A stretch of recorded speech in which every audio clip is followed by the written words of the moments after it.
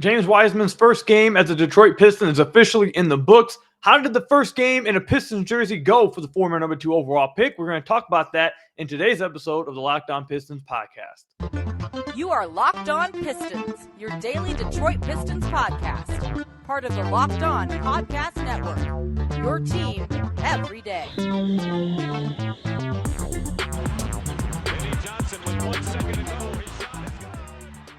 What's the deal? Welcome back to another episode of the Locked On Pistons podcast. Per usual, I'm your host, Koo Cahill. You can find me over on Twitter at Koo Cahill. I want to thank you guys for making Locked On Pistons your first listen of every single day. We are free and available on all your podcast platforms.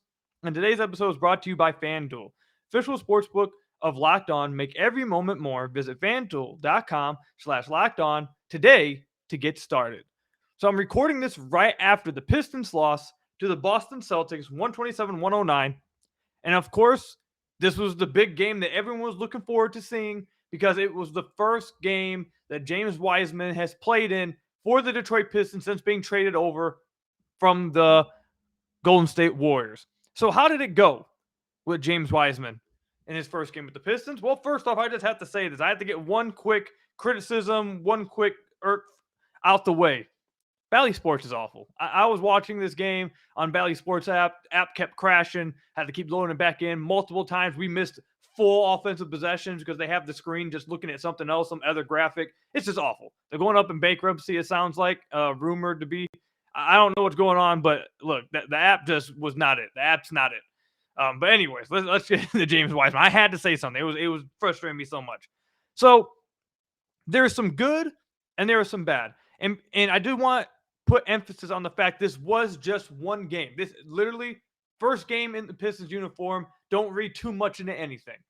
So now that that's out the way, I thought we saw some good stuff out of him on both ends of the floor.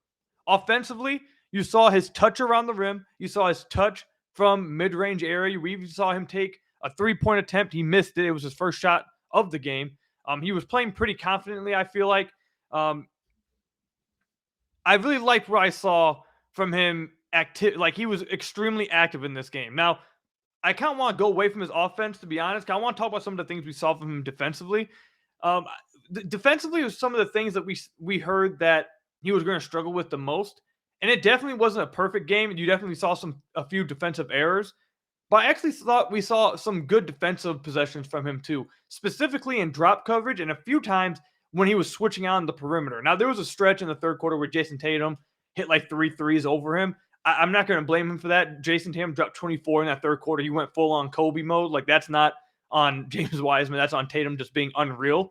So I'm not going to blame him for that. But there was quite a few possessions where he had really good reps in drop coverage. He protected the rim. There was one possession where Malcolm Brogdon drove to the rim. He kept his hands up, jumped with them at the rim, denied the shot at the rim, and then also used his length to take away a possible pass-out opportunity, and it ended up in a turnover. So I know he didn't get the steal for that, but that's technically his steal. So I thought we saw some good reps from him defensively. Definitely need some more work on that end. Does need some more work overall. And you could tell that he was a little confused about where to be offensively at times. There's a few times he fronted and tried posting up and his teammates didn't give it to him. Pistons aren't accustomed to big guys fronting switches and demanding the ball in the post-up and actually being able to take advantage of it. So that's going to be something that both him and his teammates are going to have to get accustomed to and learning how to play with each other. There was a few times where you saw him, obviously. It was kind of like when the Pistons would run their Spain pick and roll, he didn't know, am I sending the screen here? Am I sending the screen there? Where should I be? It was just a lot of confusion from him. And obviously you expect that. It's his first game. He hasn't had a lot of practice time. But even with that, he ended the game with 11 points and 5 rebounds. So in his first game in just 23 minutes of action, I thought he was pretty damn productive. I thought he flashed what the Pistons obviously see in him, what Troy Weaver sees in him. And just having a 7'1" body that's that athletic with that kind of length, I feel like you already saw, like, he's not even a good rim protector, but simply having that size and length, like, deterred guys around the rim a few times when he was around the rim that you just haven't seen at other times in the season. Just purely his size was enough to deter some guys from trying to really attack him. So, look, I don't think he played a perfect game, but I thought he was pretty damn impactful in this game. Or not, maybe not impactful, but pretty impressive, I would say, in his first game, in his first minutes with the Pistons. Now, there is one thing that I want to bring up, and it was a concern of mine, and it happened in this first game. We'll see if it continues to happen after the All-Star break. And it's Jalen Duren and James Wiseman. And I know a lot of Pistons fans said, "Oh, if we're getting James Wiseman, we're stunning the development of Jalen Duren." And I sat on here and said, "No way, it won't do that. It won't do that. They'll play together. That's the whole point of it. They want to see if those two guys can fit together, if they can actually play with some size." Now it's his first game with the Pistons, so again, you may see it more down the stretch. It may not be this way after the All-Star break, so don't read too much into it.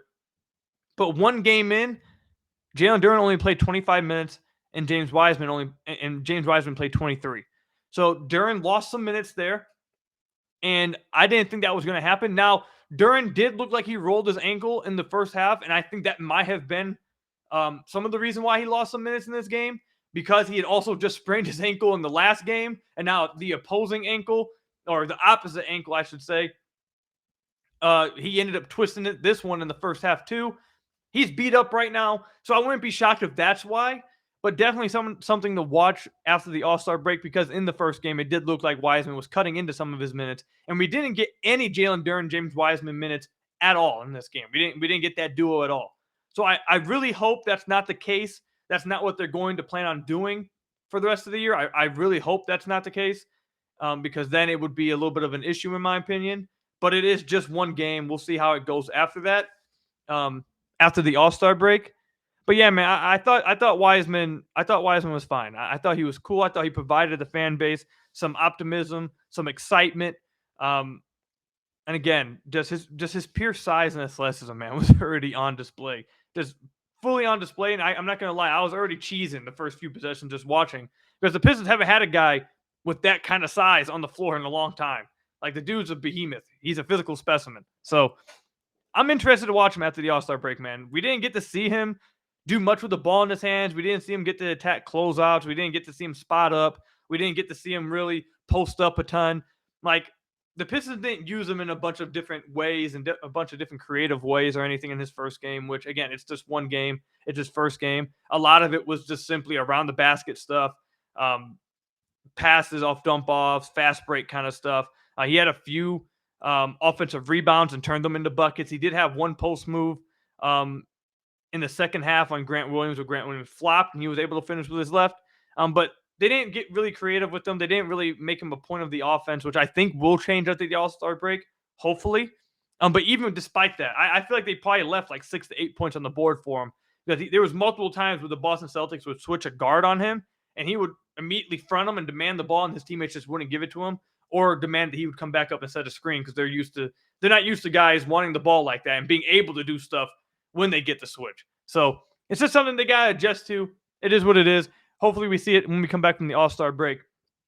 But speaking of size and length that James Wiseman brings to this team that the Pistons just simply haven't had at any other point, I want to talk about a reoccurring theme that we're seeing in every single Pistons game and every single Pistons loss.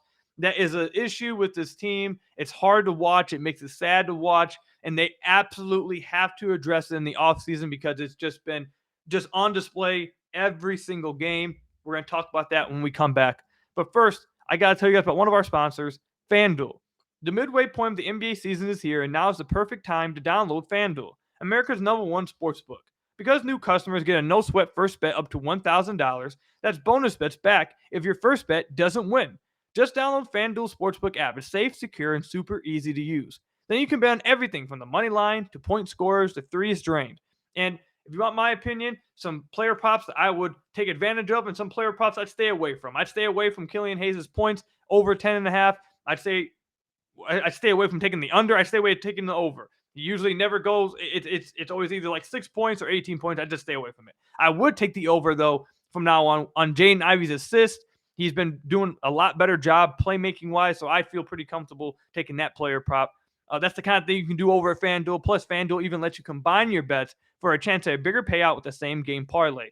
So don't miss the chance to get your no-sweat first bet up to $1,000 in bonus bets when you go to FanDuel.com/lockedon. That's FanDuel.com/lockedon to learn more. Make every moment more with FanDuel, an official sportsbook betting partner of the NBA. So I want to thank you guys again for making Locked On Pistons your first listen of every single day. We are free and available on all your podcast platforms. If you haven't already, head to the YouTube channel at Locked On Pistons, hit that subscribe button, or leave us a 5-star review on whatever podcast platform you're listening to this on. That's another great way to support the podcast. So Jason Tatum went off for 24 points in this third quarter. He ended up 2 points shy of 40 points. Now, a lot of the stuff that happened in that third quarter was just stuff that the Pistons weren't going to be able to do or have any chance of guarding because he was just on one. He was on a different planet in that third quarter, okay? However, just something that we've seen all season long and something that was just on display in this game too. Way too often do the Pistons just look undersized against every team they go against. And that's probably one of the biggest reasons why so many fans and people like me are going to enjoy watching James Wiseman. It's because he provides size, man. He's 7'1" with a long wingspan, super athletic, really strong. The dude already simply having a size, like I said in the first segment, when he was just around the rim and he would go up and contest, guys wouldn't go up around him. Not because he's some amazing shot blocker, he's a Kembe Mutombo or anything, but he simply has size, and they don't want to attack that. There's a few times that he forced turnovers out of that. And the Pistons don't have that in any other position. Multiple times you would find Killian Hayes. Multiple times you would find Jaden Ivey. Multiple times. And I know Bojan's a little bit taller, but he's not really trying defensively. He's not giving effort defensively. He's not strong defensively. He's not really trying to give much, like I said, much effort defensively. So when he gets switched onto it, it's just as painful seeing Jaden Ivey or Killian Hayes or Alec Burks or Hamidou Diallo or Corey Joseph. Like the Pistons just have so many like 6'3" to 6'5", 6'6" guys. They don't have any legit like 6'7" to 6'10" guys that are like athletic long wings. They don't have any of that. They don't have it. And that's one of the biggest reasons why I really want to see James Wiseman and Jalen Duren play together, because those two guys, you actually would be playing two bigs together, and they actually would have size in the front court. And I hope with those two guys, you start to see some weak side rim protection from that, and that could really help the Pistons because they don't have that right now. They don't have that at all. When you get a switch on the Pistons, it's barbecue chicken every single time. They don't got no rim side or help side rim protection half the time. If Jalen Duren gets switched out, it's not happening. Jalen Duren also isn't that great of a rim protector at this point in his career. Obviously, he's a rookie. They just don't have that. And Isaiah Stewart is undersized. He's not very athletic. He's just undersized. And it's a reoccurring theme with this team. Every single game they get taken advantage of because they're simply too small. They're not strong enough. They're not long enough. They're just too small. Just too small. And it's tough, especially when you have – the Pistons don't switch every play like they did last year. They definitely run a lot more drop coverage than they did this year than they did last year. 100%. Run a lot more of it. But I also feel like they switched way too much still. And you constantly, like over and over, you're getting Jaden Ivey on a big. You're getting Killian Hayes on a big. You're getting Alec Burks, Hamidou Diallo on bigs. And it never works. It never works out. It's either a foul and your guards get into foul trouble, or it's an immediate bucket and your defense can't get any stops because of it. So fortunately for the Pistons, this offseason, outside of Victor Wembanyama and Scoot, if the Pistons were to fall out of the top two draft picks, the rest of the draft, like the next 8 guys, are all like wings. So this is a perfect draft to attack that. There's also some wings in free agency: Cam Johnson, Dylan Brooks, some of those guys, Kelly Oubre Jr. There's a few guys in free agency that are some wings that they can attack that. That should 100% be the Pistons' biggest need in this offseason. Obviously, you want star power. If they can get Victor Wembanyama, obviously, you get Victor Wembanyama. But outside of long shots, outside of obviously getting superstars, this team needs 3 wings. They need to completely revamp their wing room because it doesn't have any defense. It has no size. It really has no athleticism outside of Hamidou Diallo, and he's like an undersized 4, basically, what you're playing him as. You're playing him as like a 6'5" power forward, so that already makes you even more undersized. They desperately need some wings. Desperately, man. They don't have a chance. They don't have a chance to compete next year if they don't. So that was one of my biggest takeaways from this game. And not even just this game. Like I said, it's just every single game. Every single game. They need it. They desperately need it. And it's the biggest reason why that in the offseason, if they get number 2, I'm so against running a 3-guard lineup of Ivy, Cade, and Scoot. You have to get rid of one of them. And obviously, I've said before that if you do get Scoot, then it had to be Ivy as the odd man out. But it's because we've sat here and we've watched the Pistons be undersized for how long? You can't be undersized in today's NBA. It's not going to happen. You need to have wings who can switch across the board. You need to have wings that can do multiple things. This whole idea of the Pistons going undersized and possibly running 3-guard lineups just isn't going to happen. It's not going to work. It's not going to win you games. You're not going to be able to compete like that. So I can't wait to see what they do in this offseason. Obviously, as the season comes to a close and once we get a better idea of where the Pistons, obviously it will really pick up once the lottery happens and we figure out where the Pistons are picking. But we're going to talk more and more about possible guys that can answer that wing position, that possible issue there with the Pistons, because it's tough to see, man. They don't have anyone. Who are you putting on Jason Tatum? Who are they putting? Killian Hayes? Killian Hayes is probably their best option, their best perimeter guy. He's 6'5". He's just too small to be guarding these wings. He can't do it. On a switch, okay, he can handle himself, but they don't have any primary defenders that can check any wing. They're lucky Jaylen Brown didn't play, because I'd assume that Killian Hayes would then be guarding Jaylen Brown, and then Bojan would have been guarding Jason Tatum.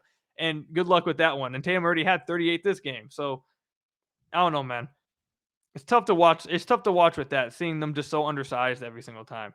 And it's why they can't get any stops, and it's why you often see Jaden Ivey and Killian Hayes and their smaller guys get into foul trouble so much, because they're constantly guarding guys that are bigger than them that they can't play legal defense against. And if you've played basketball before, when you can't guard somebody, they're too strong for you, they're too big for you. When you can't guard somebody, you foul, because that's all you can do. You can't play legal defense.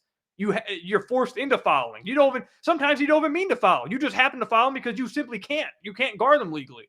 And that's what happens. That happens so often with the Pistons, and it's so tough to watch. It sucks. It sucks to watch, man. It really gives them such a little chance of winning games day in and day out, simply because of that right there. So, here's what it is. I hope they really attack it. They're going to, obviously, in the offseason. I couldn't imagine them not attacking it. Let me know some of the guys that you guys think the Pistons should be interested in. I've said a few over the last few weeks. We've talked about them. I really would be interested in Cam Johnson. Kelly Oubre Jr. is another guy I'd be interested in. Dylan Brooks, not really. I think he's a little more he's not as big of a wing as I'd like, but he's an option. Obviously, the Celtics even have a guy over there, Grant Williams, who I think would be a perfect fit for the Pistons, but I don't know. After researching a little bit more into him, I don't know if I'd like to pay him what he's asking for, that $18 to $20 million. At first, I was like, cool, it's not too bad in this NBA, in this salary cap era. But after looking at some of his stuff and researching a little bit more, I'm not as confident with that.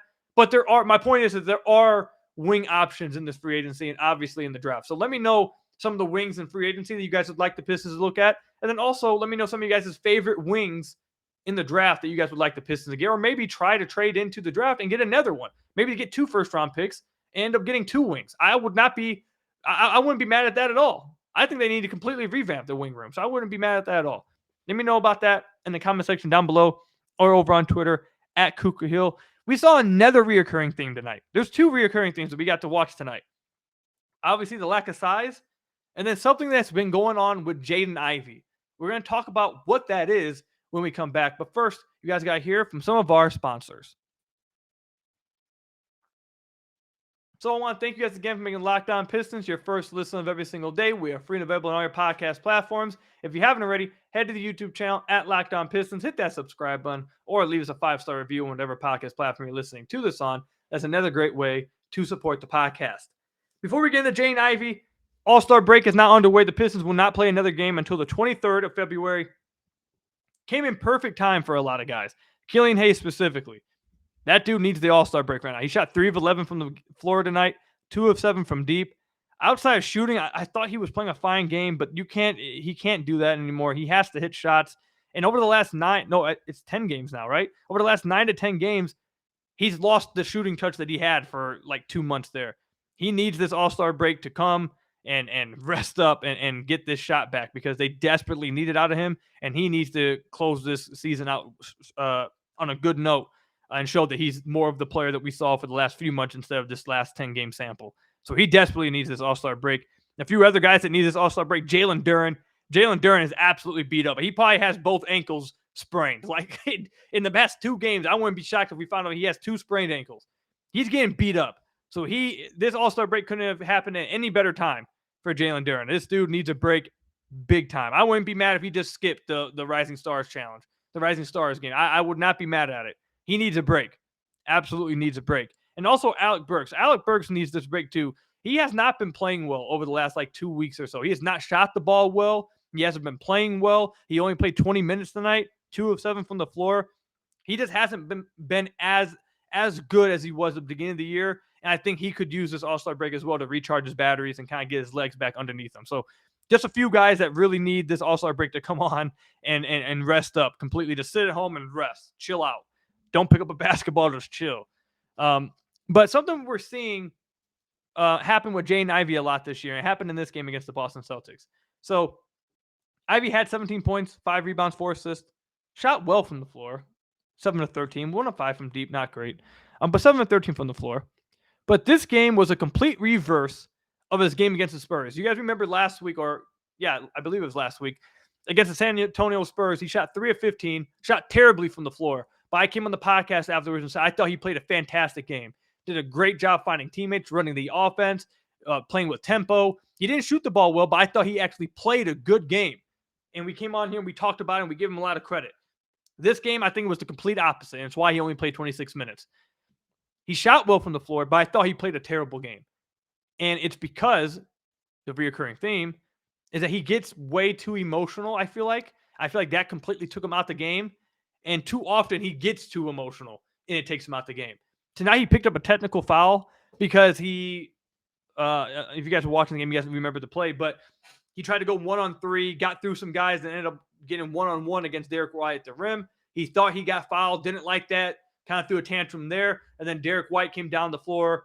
He got a foul call trying to go 1-on-1 against somebody at the rim. Jaden Ivey did not like the fact that Derek White then got the foul call, and he spazzed out, got a technical foul. Dwayne Casey-Sam on the bench. He sat out for a long time, and then as soon as he was brought back into the game in the second quarter, midway through the second quarter, probably one of his, if not the worst stretch he's played all season. I kid you not, his first 3 possessions were turnovers, all 3 of them. First 3 possessions, turnovers, back to back to back, and then his 4th possession was an absolutely ugly step-back jumper where he kept the ball in his hands for way too long and forced a bad step-back jumper that hit all top of the backboard.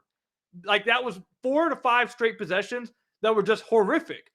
And that kind of leaked into the rest of the night. He had 13 points at halftime. He only had 4 after that. He had 4 assists. He had 3 turnovers. So that's something that he has to get under control. Obviously, he has some other stuff he has to improve on, actually basketball-wise, obviously. And that's stuff he's going to end up improving on. But he has to get his emotions in check. I love the fact that he's let me not say I love it.